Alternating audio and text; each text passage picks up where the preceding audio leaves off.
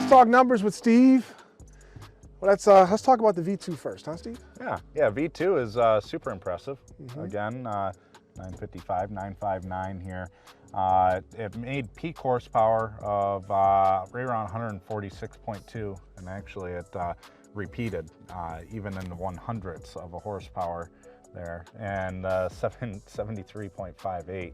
That's pretty impressive torque. I know it's almost a liter bike, but you figure most inline 4 and even V4 liter bikes, you know, minus 1,000 cc or whatever, is only making typically in the 80 foot-pounds, 79 to 80. Sure. So the middle weight, as they call it, the V2, even though it's 959, is making 73 foot-pounds. So, and it carries really, really good torque too. It's just, as you see the highlight here, where it peaks out, has a little bit of a false high right there, right before it hits a limiter. Yeah.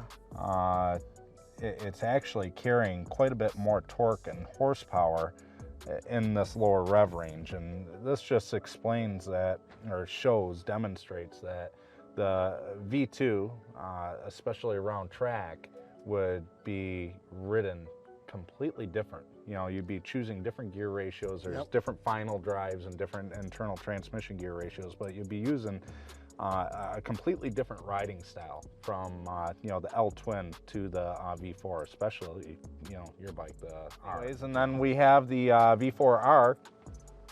Oh, let's go on about the V2.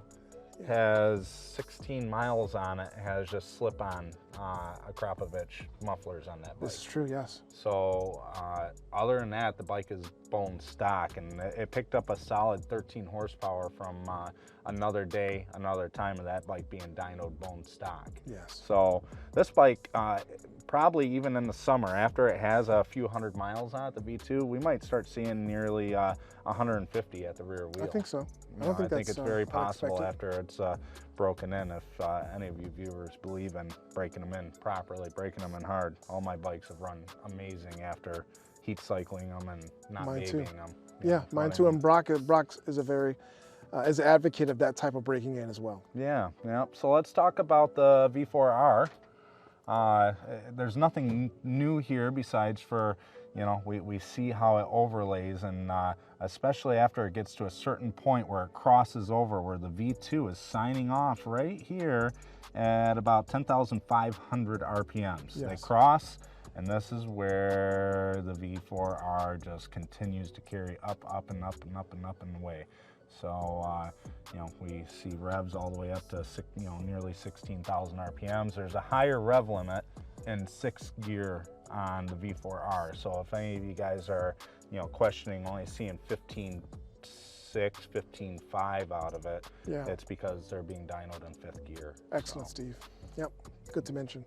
Yeah, but so here's a very interesting torque numbers here. If you didn't know which line was which for horsepower for the V2 to the V4R, then you wouldn't know that the V4R only made 4 more foot-pounds of torque than the V2. Again, in different areas. So our torque numbers are demonstrated down here. You know, this being the V4R, and then the torque coming in much sooner with the you know, V2, which is right here. So, but it peters out very quickly. You have a very narrow RPM in operating range with the 959, which again isn't a bad thing. The 899s are really known for gear pecking, and Ducati fixed that with the 959 or the V2, and the V2's only gotten better, you know. So, but as a track weapon and skills above all of ours in this room, yes, the both bikes would be amazing, honestly. I mean, but the big power, the V4R, if you can keep it up here singing, then it's going to do some damage, that's for sure. So, and if you can keep it up there the whole time during racing on the street, I guess that's, you know, it would do pretty optimal also. But optimal for the V4 is not, you know, 3,000 to 11,000 RPMs. It's much later than that. Yeah.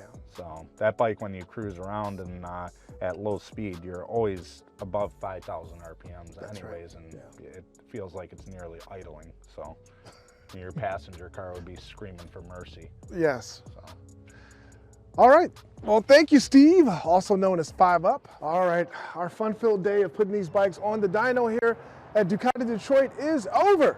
We got to see some awesome stuff. The Ducati Panigale V2 producing 143 horsepower, and the Panigale V4 R producing 203 horsepower on the magnificent dyno here.